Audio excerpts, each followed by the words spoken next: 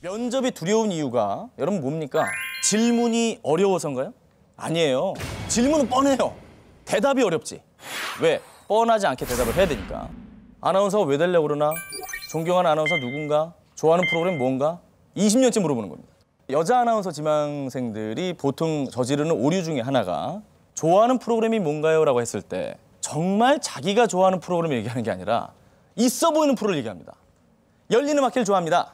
온 가족이 같이 거실에 앉아 TV에서 오손도손 얘기를 나누며 서로 간의 소통의 장을 만들고 정말 공영방송다운 방송이라 생각합니다. 저도 방송의 최일선에서 열리는 음악회를 진행함으로써 온 가족이 소통하는 그런 방송인이 되고 싶습니다. 탈락! 여러분들 벌써 들으면서 이랬죠? 닭살입니다. 오글오글한 거예요. 실제로 그 프로를 보냔 말이죠. 그 면접관도 그 지망생이 열리는 음악회를 안 보이는 걸 압니다. 왜냐? 주 시청층이 그분들이 아니에요. 우리 어르신들입니다. 드라마 예능만 보면서 그렇게 거짓말을 하면 다 보여요. 왜 거짓말 하냐는 겁니다. 내가 보는 방송의 저 진행자 대신 내가 하고 싶다라는 솔직한 마음이 드러나야 뽑아주는 거지. 보지도 않으면서. 저는요 실제로 그렇게 얘기했어요. 내가 보는 방송의 저 진행자 대신 내가 하고 싶다라는 솔직한 마음이 드러나야 뽑아주는 거지. 보지도 않으면서. 저는요 실제로 그렇게 얘기했어요. 전현무 씨는 뭐 좋아하는 프로는 뭡니까? 저는 개그 콘서트를 좋아합니다. 그랬습니다. 역사상 처음이랍니다. 아나운서 지망생이 개그 콘서트를 좋아한다고 얘기를 했어요. 면접관들이 술렁술렁대요. 뭐냐? 이러기다. 굉장히 멍청한 대답이에요. 왜냐? 개그 콘서트는 아나운서가 진행할 확률이 제로입니다. 솔직히 얘기를 했어요. 있었던 일을. 제가 막 공부를 하고 밤 10시에 도서관에서 나와서 집에 가려고 버스를 타려고 하고 있는데 어묵 파는 분이 자그마한 그 흑백 TV 같은 게 있어요. 지직하는 거. 그걸 보시면서 이렇게 어묵을 빼면서 웃고 계신 거예요. 이렇게 어묵을 쓱쓱 빼면서 너무너무 해맑게 웃고 계신 거예요. 그래서 뭘 저렇게 보시나 이렇게 보니까 개콘이에요.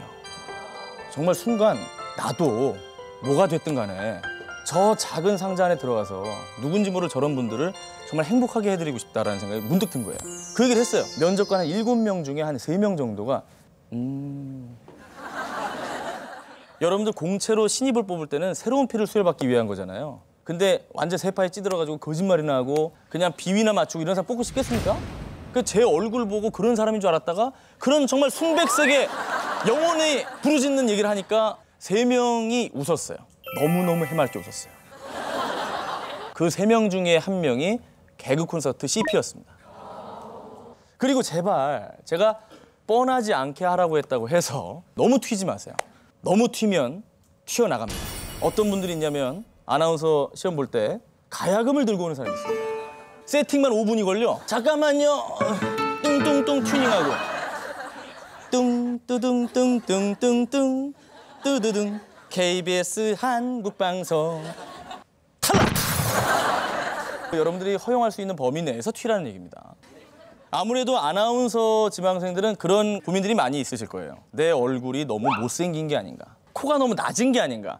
매부리 코 아닌가? 깎을까? 내가 붙었잖아요. 저 지금 태어나서 제일 잘생긴 얼굴이거든요. 저는 매년 잘생겨집니다. 하도 바닥이었기 때문에. 제가 살면서 제일 늙었을 때가 중학교 2학년 때였어요. 정말 심각합니다. 아이! 저기요, 잠깐만. 너무하네, 제작진이. 아니, 제 10년 전 사진을 보고 어우 하시면 어떡합니까? 저게 아마 그 KBS 떨어지고 나서 공원에서 찍은 걸 거예요. KBS 시험을 보는데요. 제가 KBS를 3수 만에 붙습니다. 첫 번째 해, 두 번째 해는 카메라 테스트에서 바로 떨어졌어요. KBS 필기시험 문제지를 본 적이 없어요. 안녕하십니까? KBS 수험번호 149번 전현무입니다. KBS 뉴스입니다. 네, 됐습니다. 네. 1년을 준비했는데 2줄 읽고 끝났어. 2번을 1차 카메라 테스트를 떨어지고 KBS 게시판마다 돌아가면서 저주를 퍼붓죠. KBS 프로그램 한 10개 들어가가지고 시청자 게시판에 더럽게 재미없네. 폭파시켜버릴 거야. 이 KBS야! 그러면서. 제가 그 고민했던 거예요. 저렇게 좀 얼굴도 조금 약간 넓고 조금 느끼하고 나이 들어 보이고 옷도 신경을 안 쓰고 다녔거든요. 그래서 마지막 해에 KBS 시험을 볼 때 약간 외모를 꾸미기 시작을 합니다. 내가 주어진 이 소스 내에서 최선을 다해보겠다.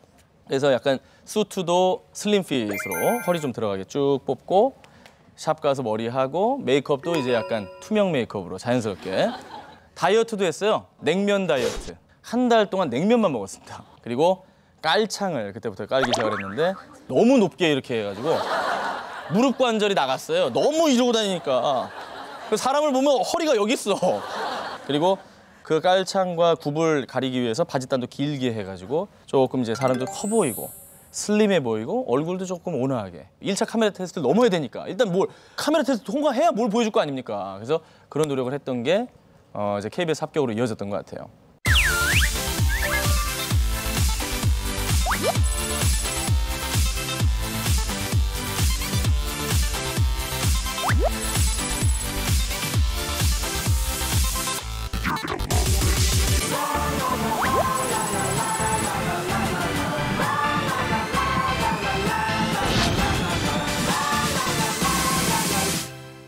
보통 이제 언론사나 또 시기별로 유형이 달라지긴 합니다. 보통은 상식, 장문 혹은 논술, 그리고 면접입니다. 이 세 카테고리 안에 다 들어가거든요.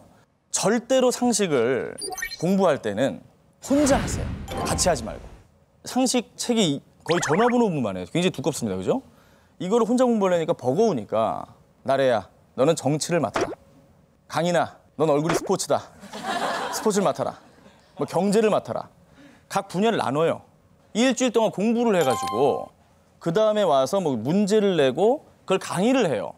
그런 식인데 두 가지 문제가 있어요. 첫 번째, 일주일 동안 공부해야죠. 설명을 하죠? 잘 몰라요. 사실 일주일 공부한다고 그걸 다 알겠습니까? 일단 전문성이 없다는 겁니다. 틀릴 가능성이 높고 부정확합니다. 그리고 두 번째 문제점, 보통 5명이 하면 열심히 해요. 야, 나 SBS 갈 거야. 나 KBS 갈 거야. 막 이러면서. 야, 넌 MBC 스타일이야. 막 이러면서. 뭐 서로 막 방송사 다 정하고 막. 저보고는 어쩐지 모르겠어요. 알자지라 스타일이라고. 어쨌든 뭐 그랬는데 그때는 이제 열정이 막 넘치니까 합니다. 그렇게들. 그러다가 3주, 한 달쯤 되면은 한두 명씩 이탈자가 생겨요. 갑자기 고모가 돌아가셨대요. 그리고 갑자기 외삼촌이 어디 다리가 부러졌대. 매주 사람을 죽여나가요. 온갖 핑계로 한 명씩 빠져나가. 그러면 경제가 구멍이 나고 정치가 구멍이 나고 그 스터디가 허접해지는 거죠. 그래서 사실 상식은 그 책을 조용한 독서실에서 적어도 최소한 3번은 봐야 돼요. 많으면 5번, 3번 이상 보게 되면 그 책의 한 반 정도는 기억을 합니다. 사람이면. 아무리 바보래도 3번을 보면 반은 기억을 해요. 그러면 승산이 높아진다는 겁니다. 장문은 스터디를 하셔야 됩니다. 장문은 혼자 글을 쓰면 안 돼요. 혼자 글 쓰면 되게 잘 쓴 것 같아. 이게 제가 여러분들 보여드리려고 가져온 거거든요. 대학교에서 다 흔히 볼 수 있는 그냥 시험 답안지입니다. 근데 보시면 아시겠지만은 생각보다 글씨를 좀 잘 쓰지 않습니까? 아니면 아니라 더러우면 더럽다라고 다 얘기하셔도 됩니다. 일단은 장문은 깨끗해야 됩니다. 내용을 떠나서 딱 봤을 때 깨끗해야 돼요. 단락도 나뉘어 있고요. 북북 그은 것도 없죠. 돼지꼬리 없죠? 떡쇠 없죠? 여러분들 면접관들은요. 한 명이 한 1000장을 넘게 볼 때가 있습니다. 내용을 보기도 전에 푹푹 긋고 돼지꼬리로 막 날리고 꺽쇠 표시하고 막 뒤로 가세요, 앞으로 오세요 이래 놓으면은 안 봐요, 진짜.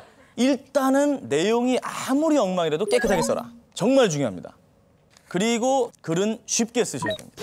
공부한 거 티내려고 학자들이 그렇게 많이 나와요. 프랑스의 뭐 철학자는 말했다. 들레즈 락강이 얘기했고 사르트르가 뭐라고 했고 꼭 인용할 필요가 없는 분들은 그렇게까지 인용 안 하시는 게 좋을 것 같아요. 왜냐면 어차피 방송이나 언론은 우리 실생활을 다루는 영역이잖아요. 거기에 사르트르가 뭐하러 나옵니까? 자기 자랑하는 것밖에 안 보입니다. 그래서 쉽게 써라. 그리고 짧게 써라.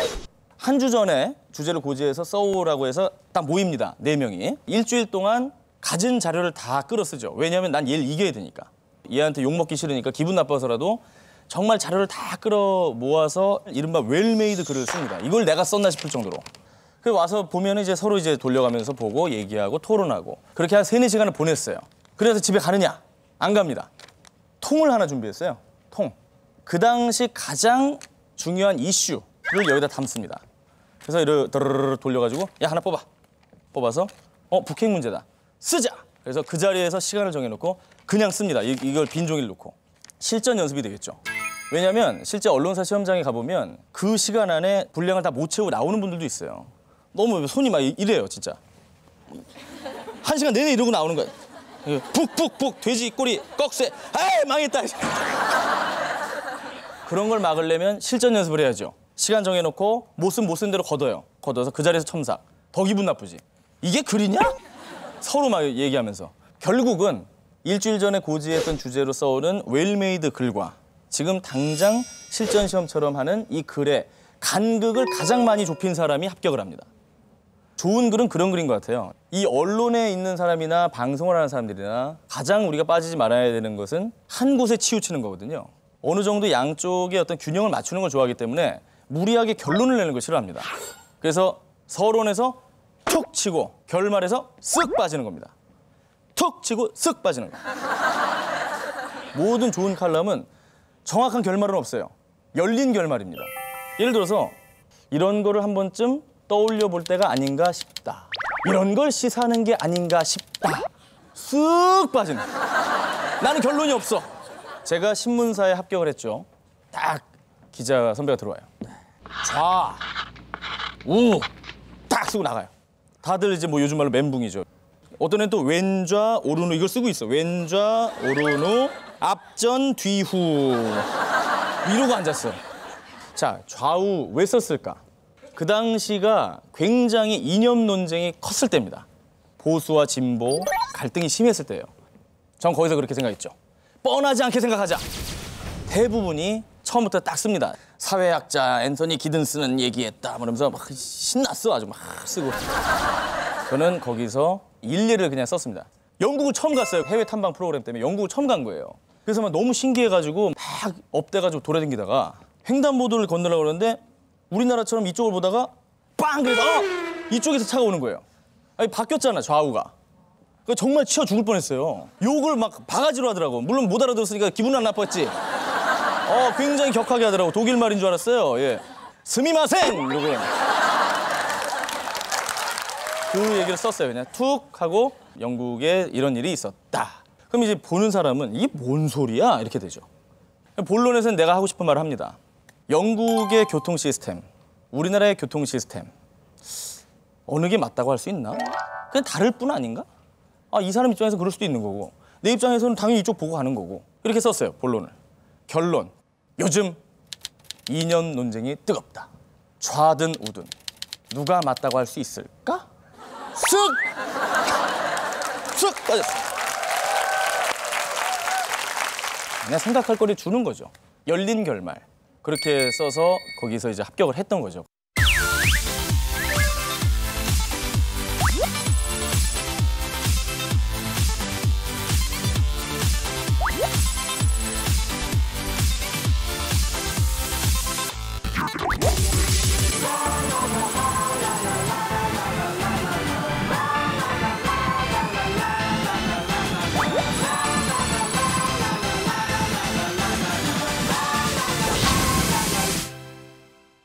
사실 세상은 뻔한 질문에 뻔하지 않은 답을 하는 과정이라고 생각을 하거든요. 전 그렇게 살아왔기 때문에 제 대학 생활은 굉장히 단순합니다. 3가지 키워드가 있는데 첫 번째는 제가 그 연세대학교 방송국 동아리를 했어요. 거기서 이제 아나운서 부장을 했었습니다. 방송을 해야 되겠다라고 생각을 했던 게 손범수 아나운서 때문이었거든요. 그래서 손범수 선배님의 궤적을 쫓아야겠다. 그래서 뭐 학교도 가급적이면 같은 학교, 또 같은 동아리, 또 KBS도 같이 또 따라 들어왔고 그렇게 롤모델로 삼았었는데 2002년도 월드컵 때 기억나시나요? 그때 제가 국제축구연맹 FIFA 산하에 방송사가 있습니다. 세계 월드컵 주간 방송사의 통역 아르바이트로 이런 얘기하면 이제 오하는데 운전했어요.